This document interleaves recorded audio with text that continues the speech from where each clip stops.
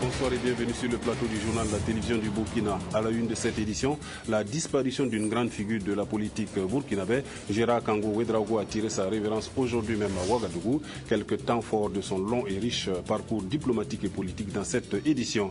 Et puis du séjour du président du Faso au Mali, nous en parlerons dans ce journal. Une visite de travail et d'amitié qui permet de renforcer les relations bilatérales, mais aussi et surtout de relancer le processus de médiation en vue d'une paix définitive au Mali. Dans cette édition, il sera également question de la sortie sur le terrain du chef du gouvernement. Béon-Luc Adolphe Tiaou était sur le chantier de construction de la route Sabou-Koudou-Didir pour constater l'état d'avancement des travaux. Je vous le disais dans les titres de cette édition, le diplomate et homme politique Gérard Kango Ouédraogo est décédé aujourd'hui à Ouagadougou. L'homme que le Burkina Faso pleure a occupé de nombreuses fonctions diplomatiques et politiques et aura marqué l'histoire de notre pays. Un bref aperçu de quelques éléments de sa vie avec Simon Gongo. L'Assemblée nationale sous pratiquement Gérard, sous la Troisième République, comprenait des hommes d'un certain âge politique et également âge tout court, donc des hommes d'expérience. Aujourd'hui, vous avez environ, la moyenne des députés est de 40 ans d'âge. Gérard Kango Ouédraogo est l'un des artisans de la naissance de la Haute-Volta. Présenté comme l'homme politique le plus rusé de sa génération, GKO a soulevé les foules de Dakar à Abidjan en passant par Cotonou, Accra et bien sûr Ouagadougou. Ambassadeur de la Haute-Volta en Grande-Bretagne aux premières heures des indépendances, de 1960 à 1966, il a accumulé des postes les plus illustres, fonctionnaire d'outre-mer, député au Palais Bourbon. Il fut aussi questeur du Grand Conseil de l'Afrique occidentale française. Il est à la fois lion et éléphant avec l'UDV-RDA, Union démocratique voltaïque, membre du Rassemblement démocratique africain. GKO était fondateur du mouvement du regroupement voltaïque. Premier ministre de 1971 à 1974, Gérard Kango Ouédraogo a aussi été président de l'Assemblée nationale. Il est depuis 1998 président d'honneur du RDA, mais son engagement politique lui a valu des passages en prison pendant les états d'exception. Le père de Gilbert Noël Ouédraogo s'est éteint aujourd'hui à Ouagadougou à l'âge de 89 ans. Et nous reviendrons sur le programme des obsèques dans nos prochaines éditions. Et puis, le président du Faso séjourne depuis hier au Mali, où il est en visite d'amitié et de travail. Blaise Compaoré y est allé aussi relancer le processus de médiation en vue du retour de la paix dans le pays. Il a rencontré de nombreuses personnalités politiques sur la question et tous ont du reste formulé l'espoir de voir le dialogue inclusif intermalien aboutir à un accord définitif de paix dans le cadre d'un Mali uni, laïque et pacifié. Le compte-rendu de nos envoyés spéciaux Souleymane Sanou et Adjima David Djombiano.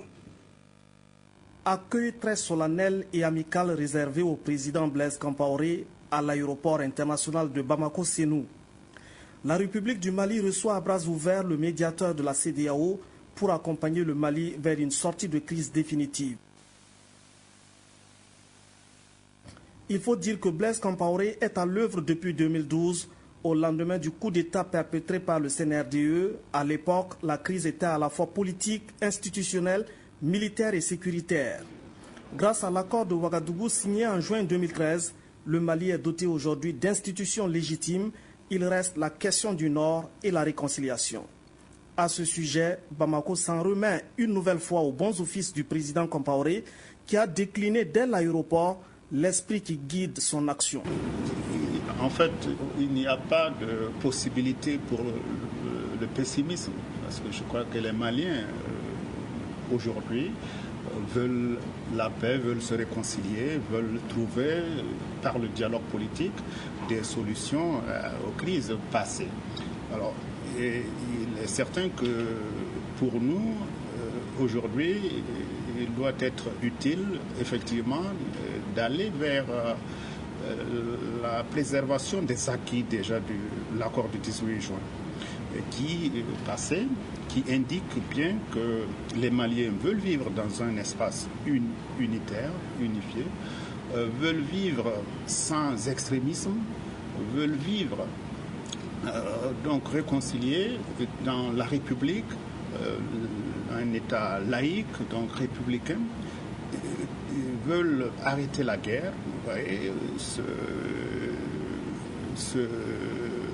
organiser bien sûr le cantonnement, le désarmement, et faire ramener les déplacés, les personnes réfugiées. Alors donc c'est dire que tout est balisé pour que nous allions vers l'optimisme. Et je pense que nous allons nous engager avec la communauté internationale pour accompagner le Mali vers cet objectif. Aussitôt installé à son hôtel, le médiateur a déroulé son programme. Il a reçu à tour de rôle les corps constitués de la République, les élus de la majorité, de l'opposition, les dignitaires religieux de Bamako. Tous expriment à la fois une grande attente et une certaine disponibilité à reprendre le chemin vers un accord global et définitif de sortie de crise. Depuis la crise de 2012, le président du Faso est là, le Burkina est là. Et le Burkina nous confirme sa disponibilité à continuer à nous accompagner. Donc c'est un élément appréciable. Je pense que le Mali accueille à bras ouverts cette médiation et cette présence du pays frère du Burkina à l'accompagner, à sortir durablement de cette crise.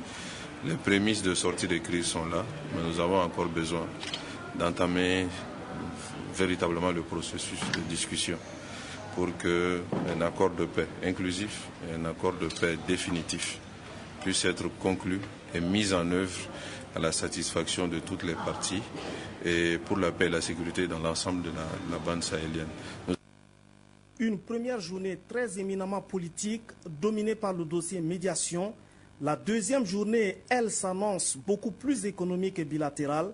Elle se passera à Ségou, sur le site de l'Office du Niger.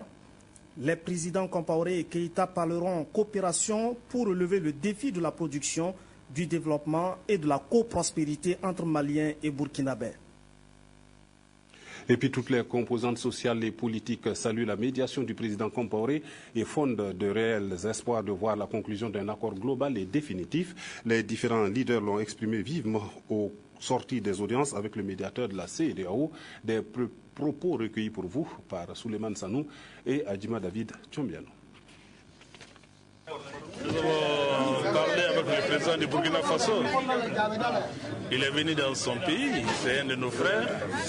Depuis le commencement des événements jusqu'à nos jours, il a été le médiateur de la CEDEAO.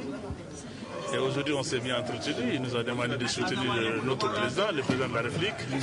La réconciliation du pays, on va vraiment vers la réconciliation du pays et tous les Maliens sont prêts à se réconcilier. Et fondamentalement, ça se tourne autour. Le pays ne sera pas divisé. Et le pays sera laïque.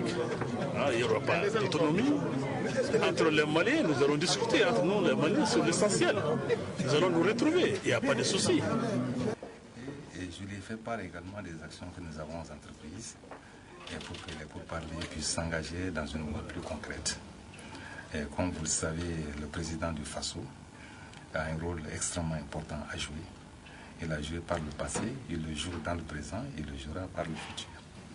Et nous avons dit que les pourparlers qui vont s'ouvrir seront l'œuvre de toute la communauté internationale, avec des pays comme l'Algérie, comme la CEDEAO, comme les Nations Unies, comme médiateurs, si les partis convenaient.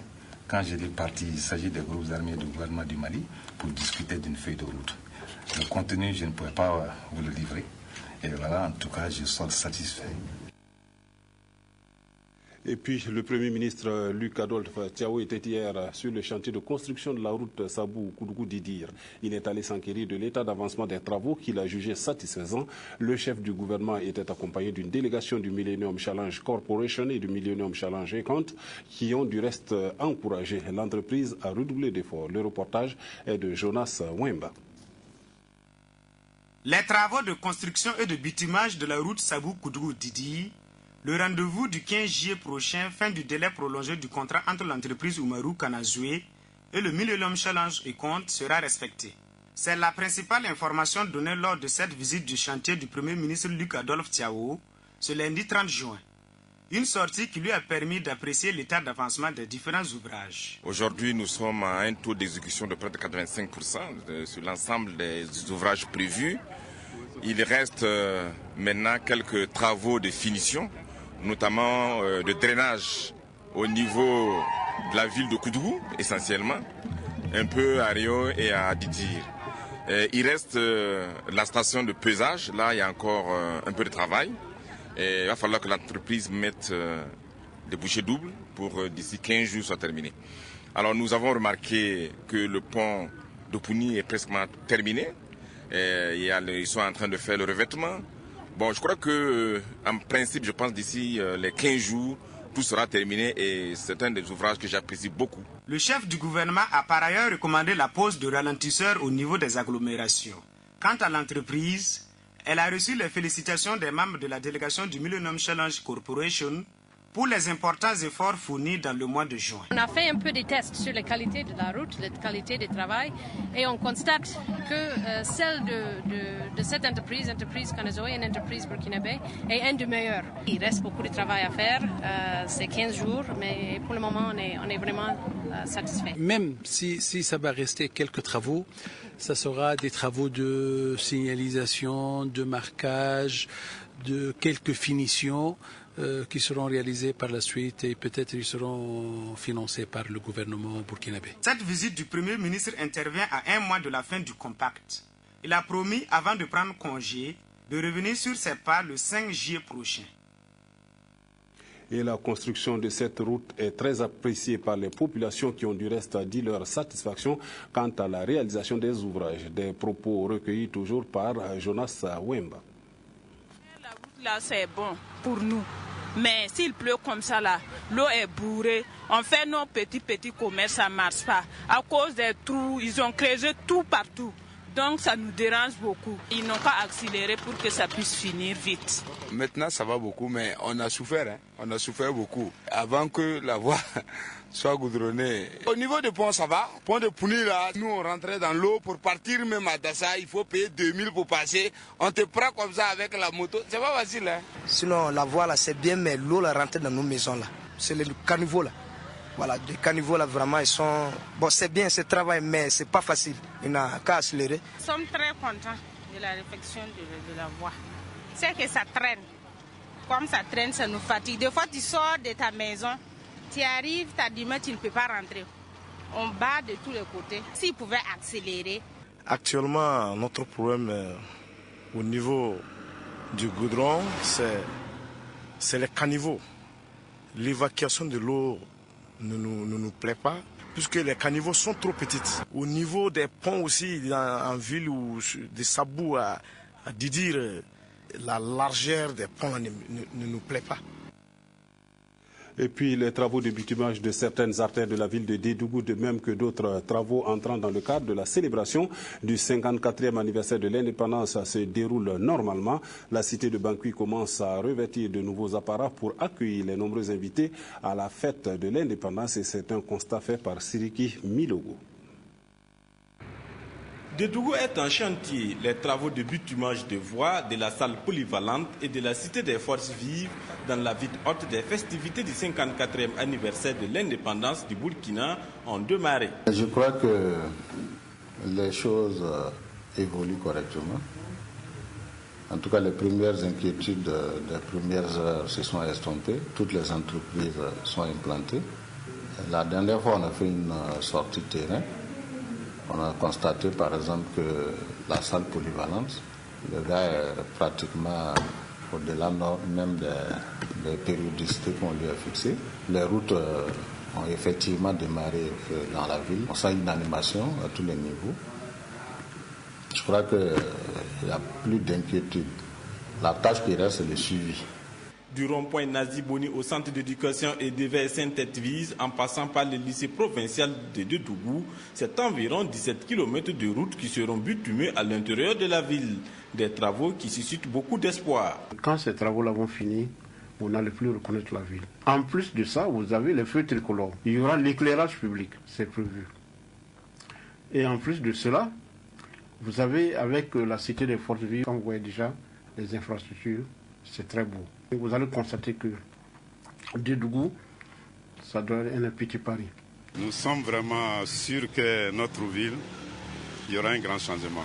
De fait que les routes qui sont programmées, ce sont des routes principales. Donc ça va donner vraiment une bonne image au niveau de la ville de Dougou. Ça permet une meilleure visibilité de la cité, un nouveau décor pour Dougou. Nous sommes exposés à beaucoup de poussière et tout, mais après ça, je pense que ça va être mieux, on va mieux respirer à Dougou. Même si ces routes à bitumé suscitent beaucoup d'espoir dans la fluidité du trafic, il est à noter que l'exécution des travaux occasionne quelques désagréments. On veut les inviter pour plus de prudence, quoi. Voilà, emprunter la voie de déviation et puis laisser l'emprise de la route. Sinon, bon, comme il y a les gros engins qui travaillent, voilà, on veut éviter les incidents. Autre lieu, autre décor, la cité des forces vives située sur l'axe de Dougou-Tougan. Sur ce site, les entrepreneurs et ouvriers sont à pied d'œuvre pour la réalisation d'environ 310 villas. À un jet de pierre de ce site, une autre infrastructure non moins importante en chantier, la salle polyvalente de Dougou. Tous les entrepreneurs en charge de l'exécution des chantiers rassurent. Les routes, la salle polyvalente, toutes les infrastructures seront livrées dans les délais prévus. On a déjà commencé, on est en train d'accélérer les choses. Comme on a une date vraiment limite, voilà, on a mis les petits plans dans les grands. Donc actuellement, nous sommes avancés. Voilà, donc il n'y a rien à faire, pas de souci. Le chantier sera livré à la date prévue. Nazi Boni est une figure emblématique de la région. Le rond-point qui porte son nom ainsi que la place de la femme seront réhabilités. Une réhabilitation qui coûtera à la mairie et ses partenaires 120 millions de francs CFA. En somme, Dougou s'apprête à faire peau neuve pour accueillir les Burkinabés qui viendront des 4 coins du pays pour les festivités du 11 décembre prochain. Retour à Ouagadougou, le Premier ministre a reçu ce matin même le président de la commission de l'UEMOA, Cheikh Hadjibou Soumaré, est allé lui rendre compte des préparatifs de la revue des programmes et projets de l'institution qui se tiendra du 7 au 10 juillet prochain dans notre capitale. Il s'exprime au micro de Frédéric Etienne Bassenga.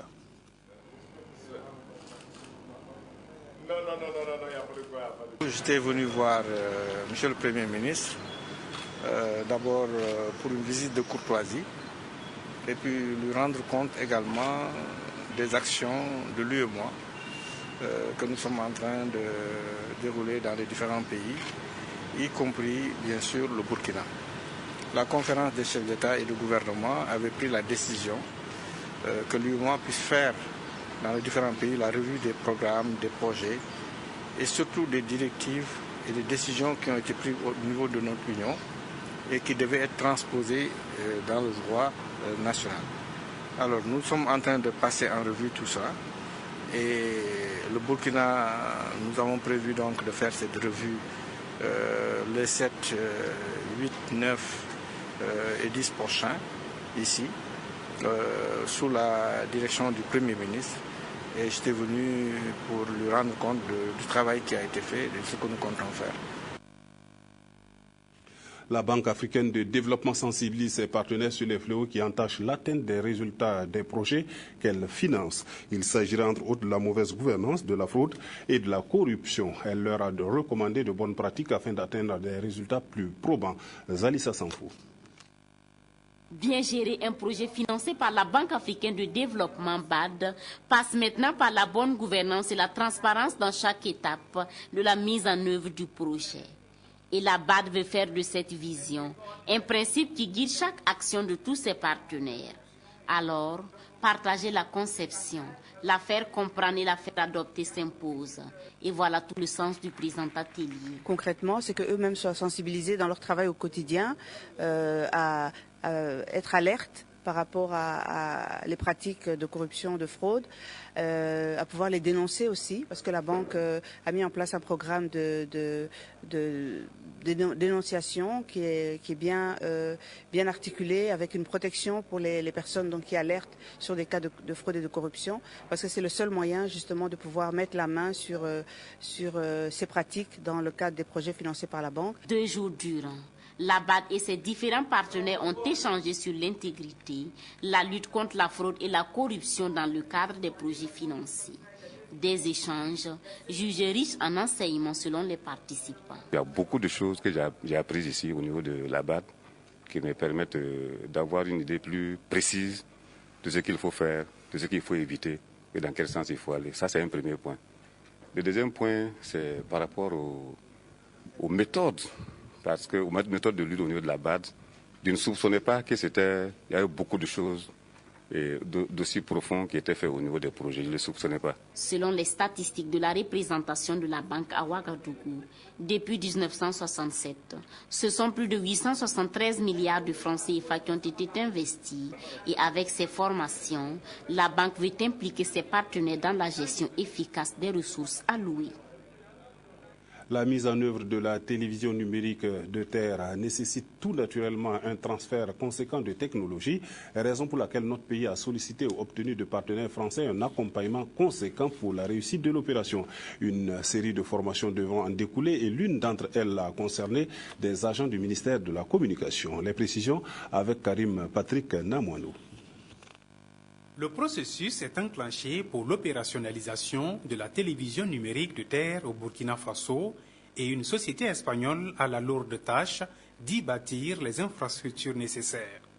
Pour réussir le pari et offrir aux téléspectateurs du Burkina des images de qualité, le ministère de la Communication a eu recours à l'expertise française.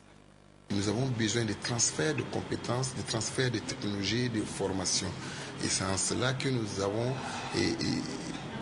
contractualiser une certaine expertise. Télédiffusion de France, TDF, qui est une entreprise française, et elle là comme ingénieur conseil pour accompagner le processus et pouvoir nous conseiller en matière de choix des équipements, en matière de choix des sites de construction, en matière de montage technologique. Mais avant le transfert de technologie, une formation s'impose. Ici, l'accent est mis sur la typologie du réseau et sa qualité, la sécurisation du système et sa maintenance. L'objectif, c'est de couvrir le territoire, d'apporter la télévision au maximum de personnes, avec le maximum de qualité possible, et avec un réseau qui après soit facilement opérable, c'est-à-dire utilisable par les techniciens qui vont devoir le maintenir derrière. Donc il faut que ça marche au début, que ça marche bien pour que les gens puissent recevoir la télévision de bonne qualité, et après il faut que ça continue à fonctionner et que vous puissiez développer un ensemble de programmes de télévision, de contenu au niveau du Burkina Faso. La télévision numérique de terre au Burkina Faso est un projet majeur avec des objectifs ambitieux. 35 sites de diffusion UHF à réaliser, 15 pylônes de 100 mètres à construire et 90% de couverture à assurer sur le territoire national. Le Conseil supérieur de la communication s'installe progressivement dans certaines régions du Burkina. La présidente de l'institution a procédé à l'inauguration du siège de la délégation régionale de l'Est et le compte-rendu est de Lambert Soma et Alassane Tiendrebeo. 20 radios privées, 2 stations RTB région, des correspondants de presse, un journal en langue nationale, c'est l'inventaire que l'on peut faire sur les médias dans les régions de l'Est et du Centre-Est. Vu ce nombre élevé et connaissant le rôle primordial que jouent les médias dans l'enracinement de la démocratie au Burkina, le Conseil supérieur de la communication vient, par la présente cérémonie, inaugurer le siège de sa deuxième délégation régionale après celle de Bobo-Dioulasso en 2010. Construit sur un espace d'environ 8700 m², la délégation régionale de l'Est est composée d'un bâtiment principal de 550 m², d'une bibliothèque, d'une salle de réunion et d'autres commodités. Même si la structure n'est pas encore équipée en matériel et qu'elle n'a pas un responsable à sa tête, les ambitions sont claires. C'est de pouvoir encadrer les médias, veiller à ce que les contenus correspondent aux attentes des populations. Mais si nous nous enfermons à Ouagadougou sans savoir ce qui se passe à l'intérieur du pays, nous n'avons pas encore notre raison d'être. C'est pour cela que progressivement, en fonction des moyens que l'État met à notre disposition, nous procédons à la mise en place de ces délégations régionales. Pour les responsables des médias, la délégation régionale de l'Est du Conseil supérieur de la communication viendra les accompagner dans le renforcement de la liberté de presse au Burkina Faso. D'abord, j'espère que cette délégation va nous accompagner, comme on dit, professionnellement. Ça, c'est ma première attente. La deuxième, c'est qu'elle soit un peu plus proche de nous. Pas comme, j'allais dire, un œil pour nous abattre, non, pas un œil, mais plutôt peut-être pour nous accompagner un peu dans ce processus de professionnalisation. La présidente du Conseil supérieur de la communication, Béatrice Damiba, tout en louant les efforts déjà consentis par le gouvernement, souhaite que des actions soient encore menées par les plus hautes autorités pour que la délégation régionale de l'Est puisse être fonctionnelle dans les plus brefs délais. La validation d'un avant-projet de loi portant protection des défenseurs des droits humains au Burkina, objet d'une rencontre entre les acteurs du domaine, des spécialistes du ministère de tutelle et des représentants de structures de défense des droits humains, en discutent depuis ce matin à Ouagadougou. Lazare Pouya. La reconnaissance du rôle essentiel des défenseurs des droits humains et la violation de ces droits, dont nombre d'entre eux sont souvent victimes, ont fini par convaincre plus d'un. L'Organisation des Nations Unies, tout en reconnaissant les efforts des défenseurs des droits humains, estime qu'il faut protéger à la fois ces défenseurs et leurs activités. Et c'est dans cette optique que le ministère des droits humains et de la promotion civique a initié la présente rencontre dont l'objectif est de présenter, de recueillir les amendements et d'améliorer le contenu d'un avant-projet de loi devant protéger les défenseurs des droits humains.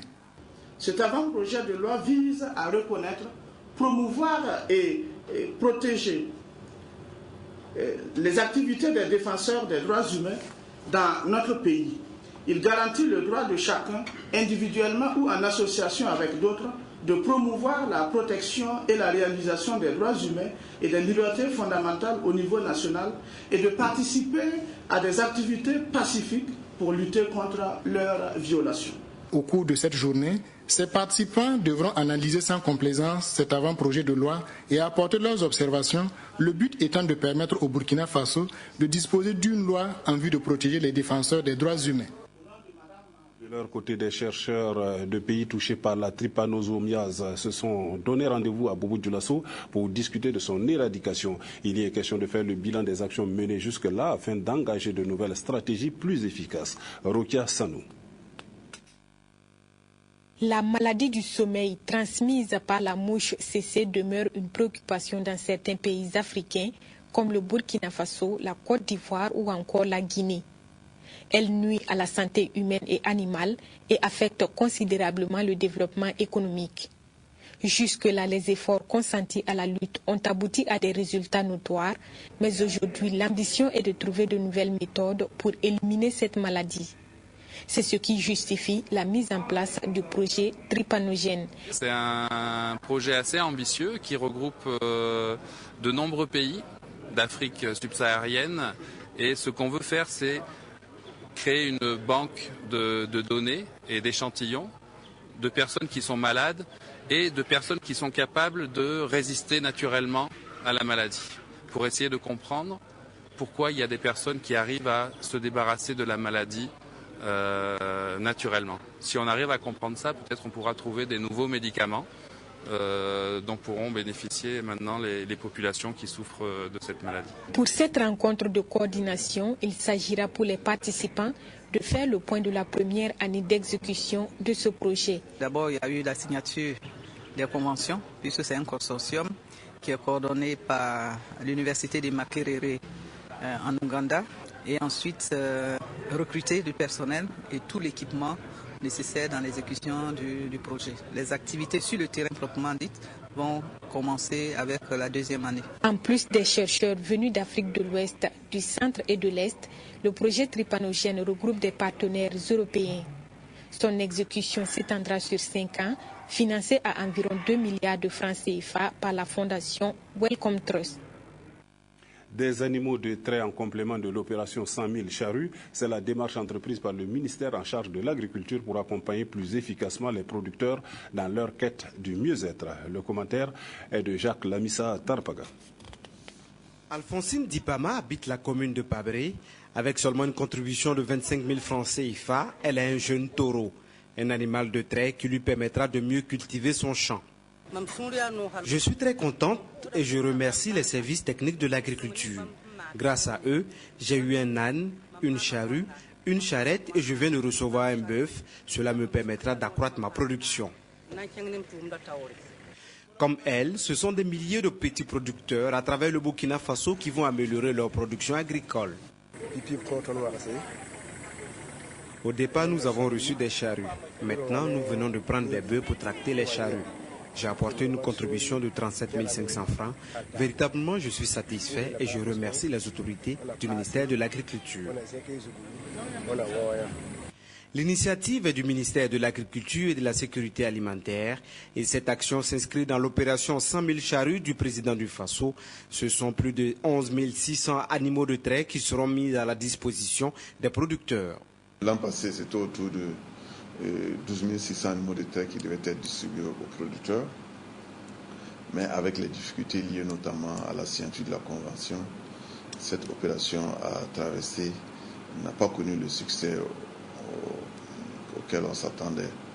Mais je pense que l'opération a été reconduite en 2014 avec l'acquisition cette année de 11 690 animaux de trait.